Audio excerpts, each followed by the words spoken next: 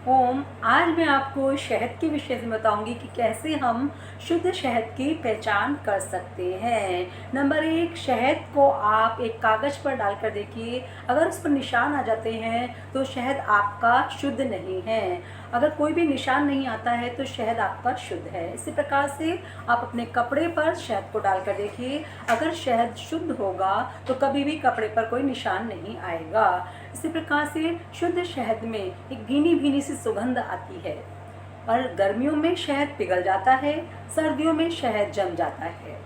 शहद में कभी भी मक्खी नहीं रह सकती। शुद्ध शहद में कोई भी मक्खी गिरेगी तो वो फुर से उड़ जाती है। अगर वह शहद शुद्ध है तो कोई भी मक्खी उसमें गिरी नहीं रहेगी। वो उसको मक्खी के परों को शहद चिपकेगा नहीं, वो उसमें से आराम से निकलकर उड़ जाएगी। और इसी प्रकार शहद को जब वह शहद शुद्ध होगा तो उसमें आप एक रुई की बत्ती भिगोएं और उसको जलाएं। अगर वह बत्ती पूरी जल जाती है तब आपका वह शहद शुद्ध है। और एक चम्मच आप शहद ग्लास में डाल के देखिए। अगर ग्लास में शहद मिल जाता है तो वह शहद शुद्ध नहीं है, और वो एक चम्मच शहद इसी प्रकार से ग्लास में बैठा रहता है तो शहद शुद्ध है। शहद का प्रयोग हम किस किस बीमारी में कर सकते हैं? कब्ज की समस्या में, पीलिया की समस्या में, मिर्गी के दौरे में, आपका मेमोरी को शार्प करने में, और इसके साथ साथ बच्चे जब बिस्तर गीला कर लेते हैं और इसमें भी हमारा शहद लाभकारी है।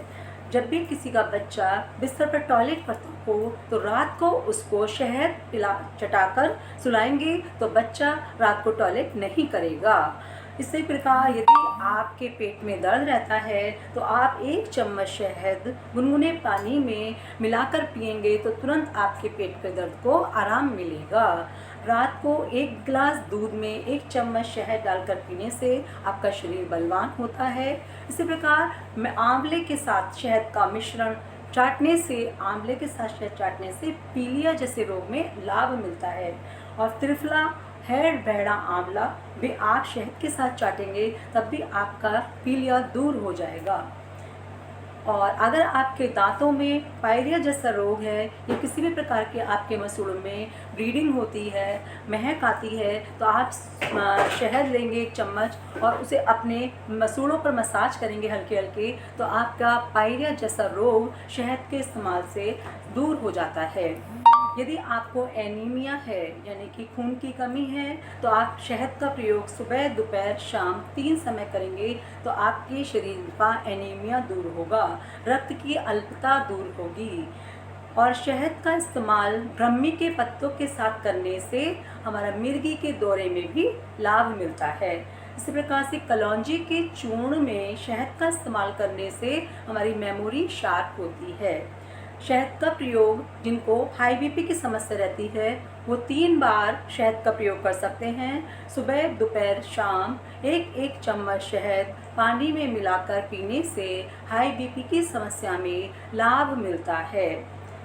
बच्चों की मेमोरी शार्प होती है, एनीमिया की कमी दूर होती है। किसी भी प्रकार की महिलाओं में, जो महिलाएं गर्भवती हैं, गर्भवती महिलाओं में कमजोरी का होना एक आम बात है। उनको आप सुबह, दोपहर, शाम एक एक चम्मच शहद चटाएंगे या पानी के साथ देंगे तो उनकी कमजोरी दूर होगी, एनीमिया दूर होगा और बच्चा भी बलवान उत्पन्न होगा।